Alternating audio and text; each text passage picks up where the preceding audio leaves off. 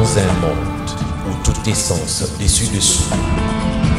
Retrouvez donc votre sourire, paix intérieure et quiétude de l'âme. Nous voici chez vous. Nous vous apportons Jésus-Christ. Notre mission, l'évangélisation par la voie des médias. Retrouvez-nous tous les jours sur ces numéros plus 243 81 75 39 500. Christianity Church, l'Église chrétienne. Nous sommes la fréquence céleste.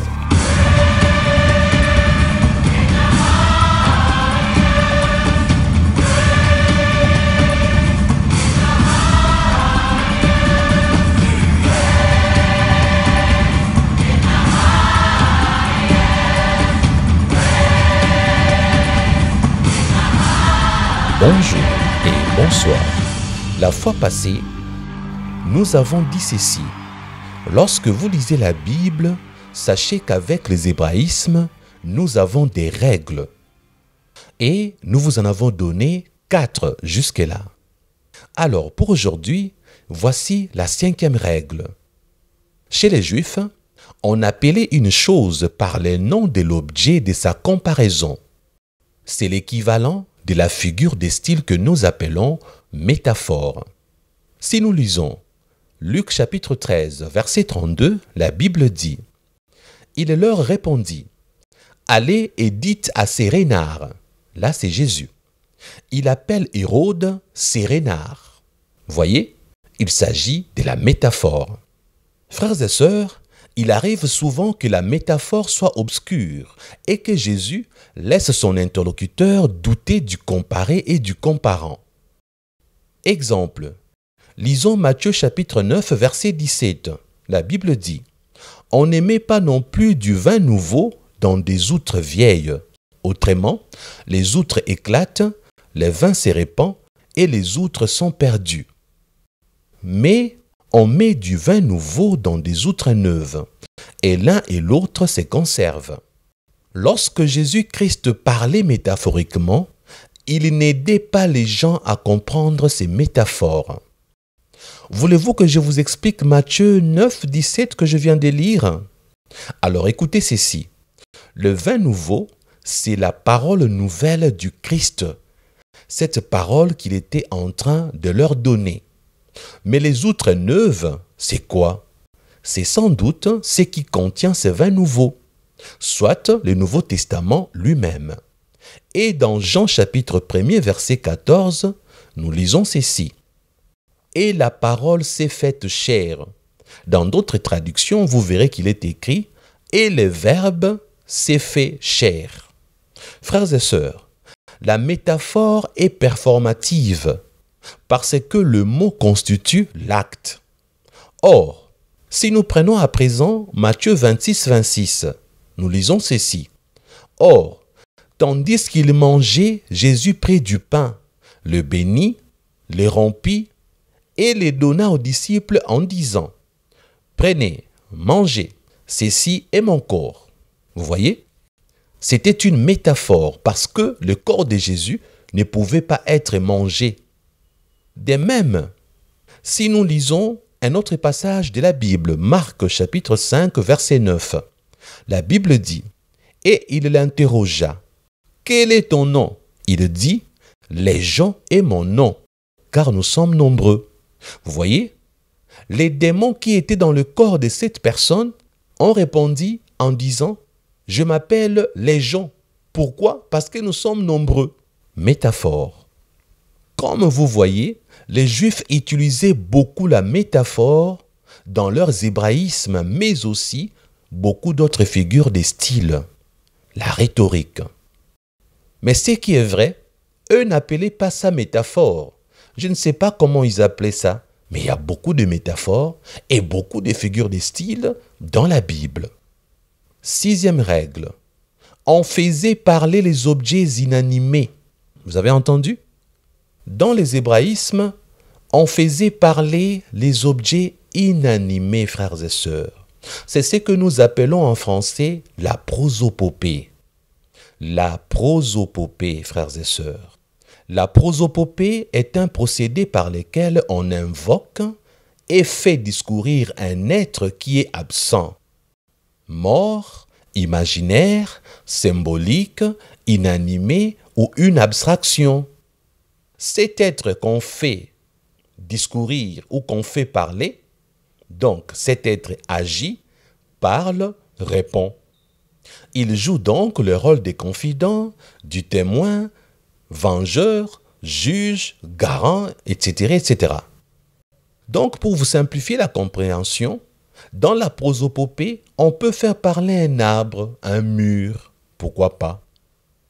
Lisons à présent Ésaïe chapitre 44, verset 23. La Bible dit « Cieux, réjouissez-vous, car l'Éternel a agi. Profondeur de la terre, retentissez d'allégresse. Montagne, éclatez en cris de joie. » Je m'arrête un peu là. Vous avez remarqué? Dans Ésaïe, on parle aux cieux. On lui demande de se réjouir.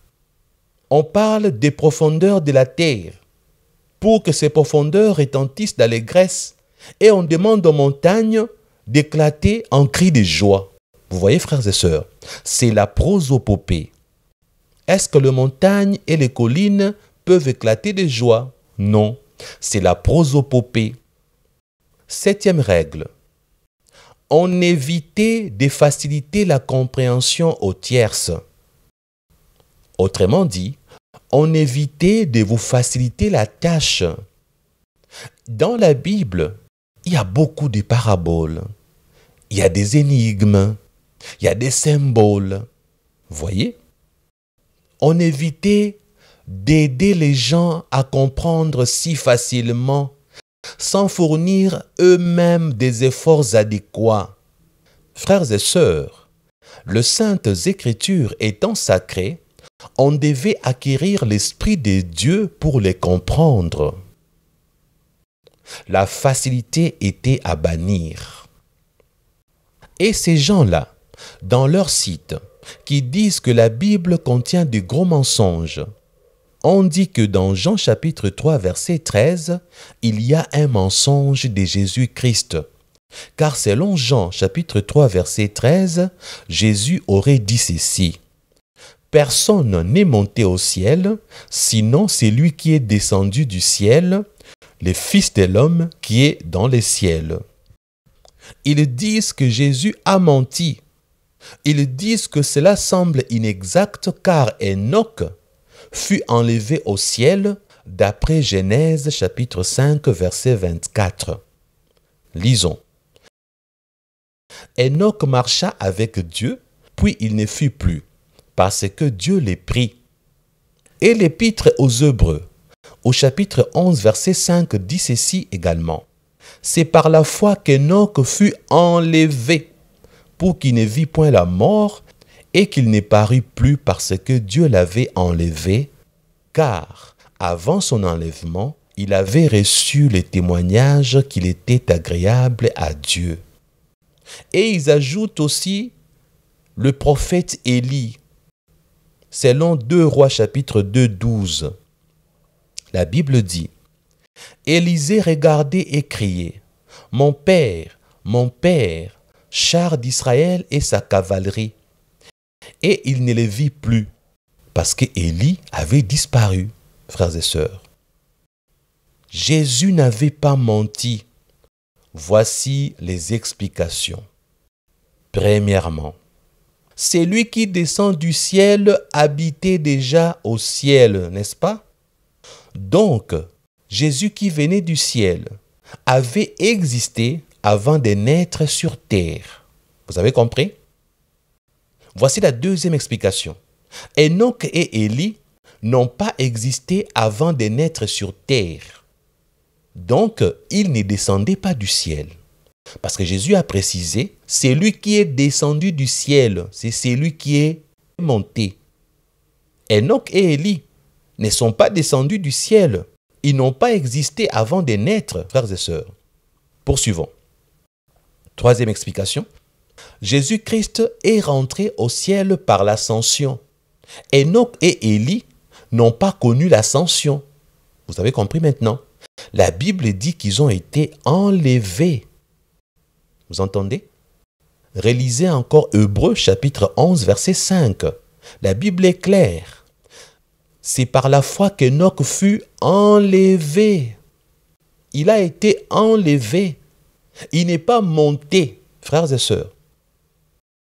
Quatrième explication, Enoch et Élie n'ont jamais connu la mort physique. Mais Jésus-Christ était mort et après il avait été ressuscité. Ce qui implique ceci. Enoch et Élie n'ont pas connu la transformation de leur nature physique à celle des corps glorieux. Le souverain Père céleste les avait enlevés vivants. Pourquoi? Toi et moi, on ne sait pas. Ce qui est caché est pour Dieu, ce qui est révélé est pour nous. Est-ce que Dieu nous doit des explications? Si oui, attendons quand on sera au ciel pour lui demander des détails. Il faut savoir que la Bible dit que Jésus est le premier, le prémisse de ceux qui vont ressusciter. Nous attendons le retour de Jésus pour la résurrection de morts en Christ et l'enlèvement de l'Église, corps de Christ. Frères et sœurs, nous serons enlevés. Nous ne connaîtrons pas l'ascension, nous serons enlevés. La Bible dit, après les cris de trompette, en un signal qui sera donné, l'Église sera enlevée. Il n'y aura pas une ascension. On ne nous verra pas monter, nous sommes en train de monter comme on a vu Jésus en train de monter au ciel, frères et sœurs. Jésus, c'était l'ascension. Nous, ça sera l'enlèvement. Enoch et Élie, c'était l'enlèvement. Enoch et Élie ne sont pas rentrés au ciel, ils n'y étaient pas avant. C'est Jésus qui est descendu du ciel, qui est le seul à être retourné au ciel. Amen. N'oubliez pas ce que je viens de dire. Pour tous les humains que nous sommes, la Bible parle de l'enlèvement de l'Église et non de l'ascension. Il nous reste une question sans réponse parmi les 3 que je vous avais données à la 2e séance, pas vrai? Ces gens-là, dans leur site intitulé « Le gros mensonge de la Bible », ils avaient posé cette question. Jésus, après sa résurrection, apparut-il aux 12 disciples ou aux 11? Vous avez entendu la question? Jésus-Christ, après sa résurrection, apparut-il aux 12 apôtres ou aux 11 apôtres? Il nous donne Matthieu chapitre 28, versets 16 à 17. Lisons. Les 11 disciples allèrent en Galilée sur la montagne que Jésus leur avait désignée. Quand ils les virent, ils se prosternèrent devant lui. Frères et sœurs, Matthieu nous dit que les 11 disciples allèrent en Galilée. Et maintenant, dans 1 Corinthiens chapitre 15, versets 4 à 5, là c'est l'apôtre Paul qui dit « Il a été enseveli et qu'il est ressuscité le 3e jour, selon les Écritures, et qu'il est apparu à Céphas, puis aux 12. » Cette apparition du Seigneur à Céphas ou Pierre est mentionnée dans Luc 24, 34. Frères et sœurs, il n'y a pas contradiction. Savez-vous pourquoi? Parce que, après la mort de Judas, les apôtres étaient restés au nombre de 11.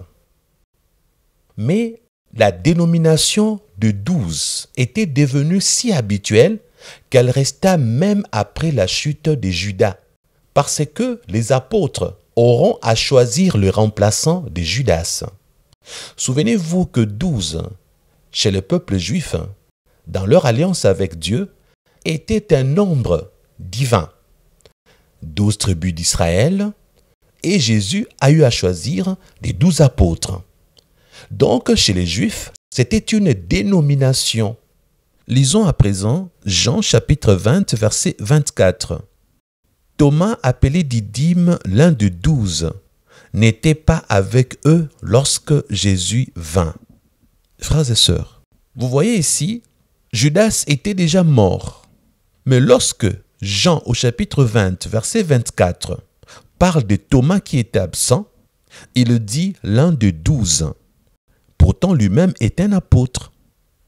A-t-il oublié que Judas était mort? C'était devenu une habitude, c'était une dénomination. que de dire le 12 au lieu de 11. Même si Judas était déjà mort, on pouvait quand même continuer à dire qu'il y avait 12 apôtres. C'est ce que Jean lui-même a fait. Lorsqu'il parle de Thomas, il dit l'un des 12 au lieu de dire l'un des 11. Retenez, frères et sœurs, que les écrivains avaient droit de choisir comment relater le fait et raconter l'histoire. Dans les hébraïsmes, il y avait plusieurs styles, plusieurs manières d'écrire. Ne l'oubliez jamais. C'était une dénomination. Même si Judas était mort, il devait être remplacé. Le vide n'allait pas rester. Et souvenez-vous que Matthieu, lorsqu'il écrit, Judas n'est pas encore remplacé. Voilà pourquoi il parle de 11.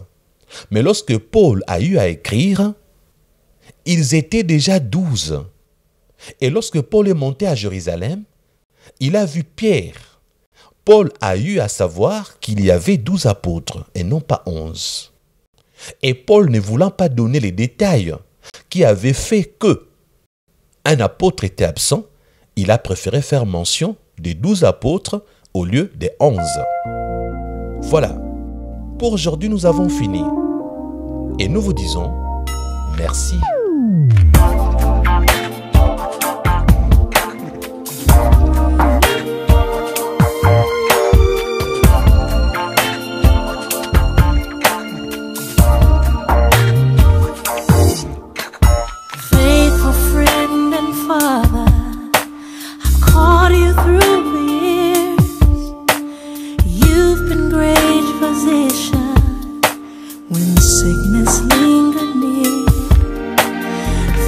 Distressing moments, your name is new and sweet.